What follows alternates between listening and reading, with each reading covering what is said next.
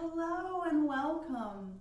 My name is Miss Barbara with the Greensboro Public Library, and we're celebrating the Folk Festival. I wanted to do the story of one of our great American folk heroes, Johnny Appleseed. So there's a wonderful poem written in 1933 that was made into a really lovely picture book, and I'd like to read it for you today, and then we'll make an apple pie. This is Johnny Appleseed by Rosemary and Stephen Vincent Benet, illustrated by S.D. Schindler.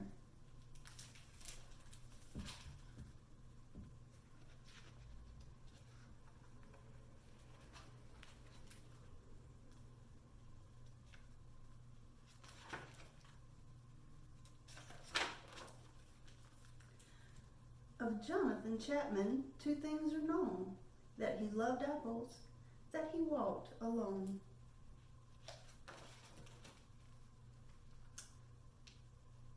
At 70 odd, he was gnarled as could be, but ruddy and sound and as a good apple tree. For 50 years of harvests and dew, he planted his apples where no apples grew.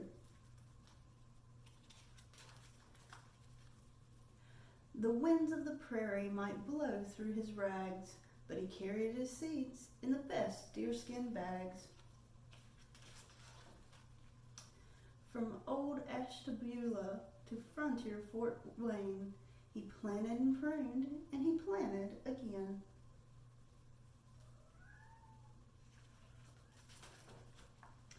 He had not a hat to encumber his head. He wore a tin pan on his white hair instead.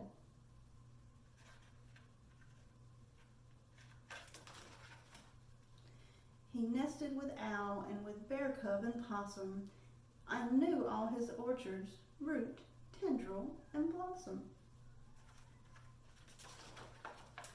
A fine old man is ripe as a pippin, his heart still light and his step still skipping. The stalking Indian, the beast in its lair, did not know hurt while he was there.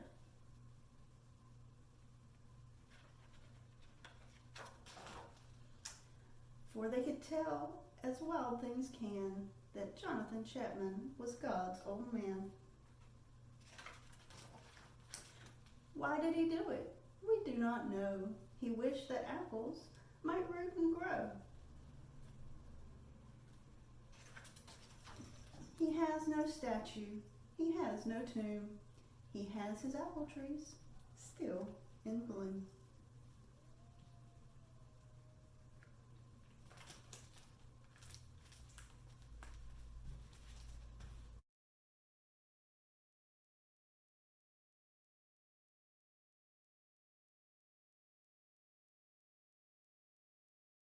So let's make an apple pie. There are a few things to consider. The first is what kind of apples to use. I used a combination of some of my favorite apples. You're going to need 4 to 6. So I used Granny Smith, Fuji, Golden Delicious, and Pink Lady. They were all ones that I eat on a fairly regular basis and like the taste of. Then you're going to have to decide if you want crusts, a crustless pie, or even something like a crumb topping. If you want crust, you can either make your favorite recipe or buy some from the store. Store-bought frozen crusts are pretty good these days. I have 2 deep dish crusts. Then, what spices do you want to use? They make a blend called apple pie spice that has a lot of the warm fall type spices in it. You can also just use cinnamon or another spice if you like. Some people don't like cinnamon at all. You can skip it. I have made my own small version of apple pie spice, and it has nutmeg, cinnamon, a tiny bit of ginger, and cloves in it. but you can use a teaspoon of whatever spices you like. So break it into fourths, or maybe even an eighth of a teaspoon for something like ginger, or use a whole teaspoon of cinnamon. It's up to you how you like your pie to taste. Then you're going to need a bit of lemon juice. You can use a fresh lemon that you've juiced. If you have lemon juice on hand, you can use that too.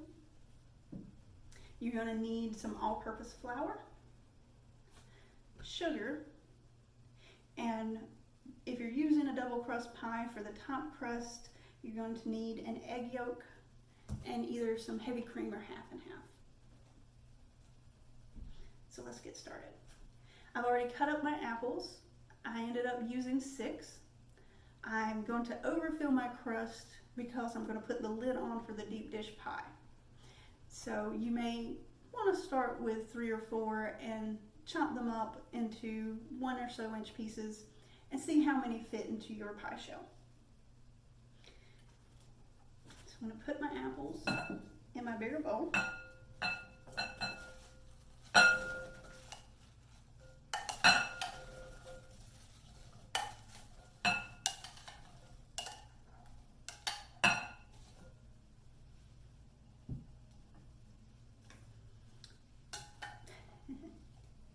Next, I'm going to do my lemon juice. You do the lemon juice to help the apples not turn as brown, but honestly, once you bake them, as long as you use them pretty soon after you cut them up, it's not that important. I like the lemon juice more for giving it a little tartness to balance out the sugar and the warm spices. So you're going to use a tablespoon of lemon juice.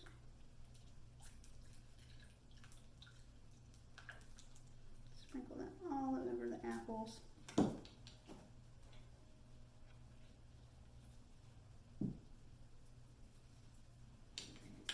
You're also going to need a tablespoon of all-purpose flour.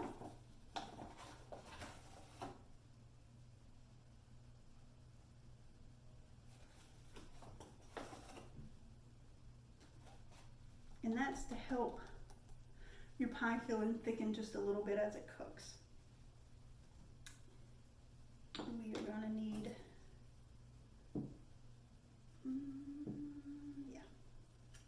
adjust my spoon. I'm going to need a teaspoon of spices. And if you decide to use more than one, I would experiment to see how much of each spice besides cinnamon you would like to use, because some of them are really strong. Next up is your sugar. You put your sugar into taste. These apples that I chose are really pretty sweet varieties, so I am only going to do half a cup.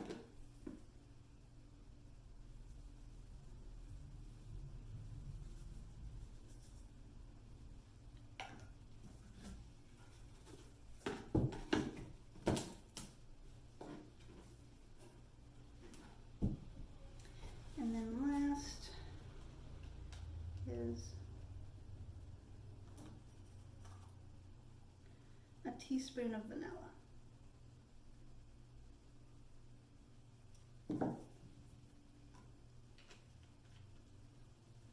Let's give all of that a good stir and let it get mixed in.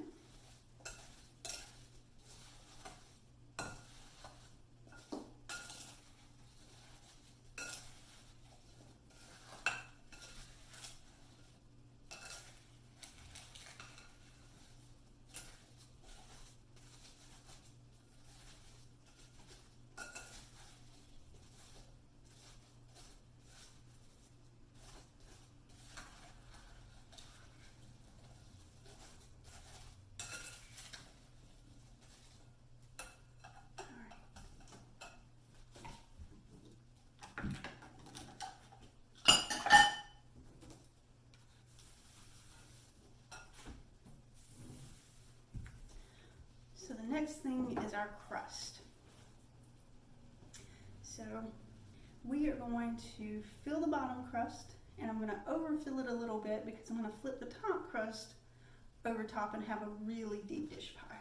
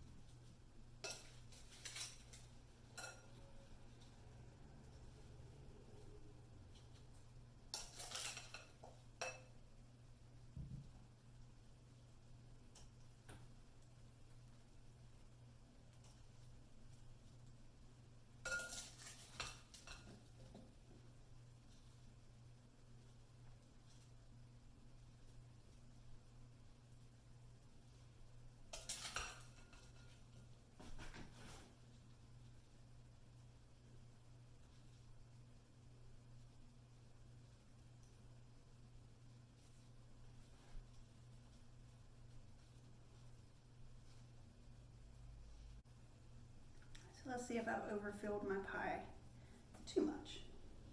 This came in a pie pan. I'm just going to leave it in the pie pan and flip it over just like that. Work it loose without tearing it. This is a little tricky sometimes. If you do tear it, just mush it back together. It's pie dough.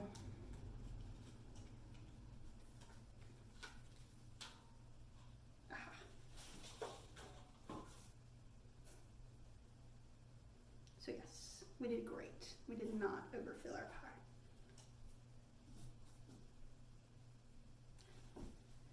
Okay, so I'm going to take a fork and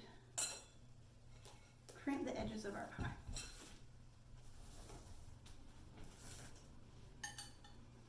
Push this forward so that you can see a little better what I'm doing.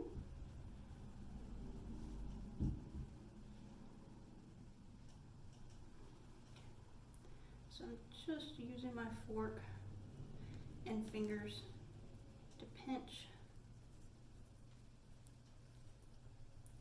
the dough together and fold it back a little bit so that it makes a seal.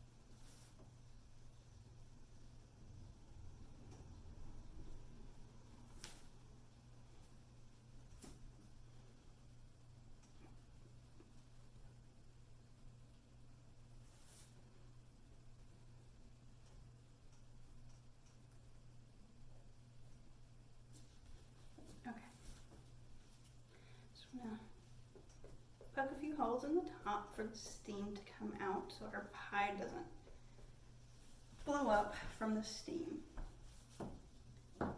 And then this last step is completely optional, but if you want to make the top really shiny and browned like you see at a bakery, then you'll need 1 egg yolk separated from the white and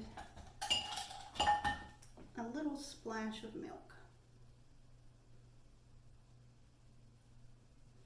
Maybe a teaspoon. You can whisk that together with a fork. And this is what's called egg wash. You can brush it on wontons, you can brush it on pies, empanadas. You can brush it on pastries and then sprinkle it with sugar if you want them sweet, or herbs if you want them savory. It really just adds an extra layer of pretty browned baked goodness to the top of your pie. So that's about it. We're going to put it into a 375-degree oven for 20 minutes. Put it on a baking sheet that should be lined with tinfoil or parchment paper, just in case one of our seams pops or it bubbles over.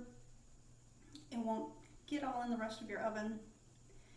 After 20 minutes, drop it down to 350 degrees and cook it until it's golden brown and bubbly. Depending on your oven, anywhere between 30 and 45 minutes. I'd say start checking it at the 30 or 35 minute mark just to make sure that you don't burn the top. After that, you can take it out, let it sit for about 10-15 minutes and slice it, or you can pop it into your refrigerator and then have it cold or reheat it later.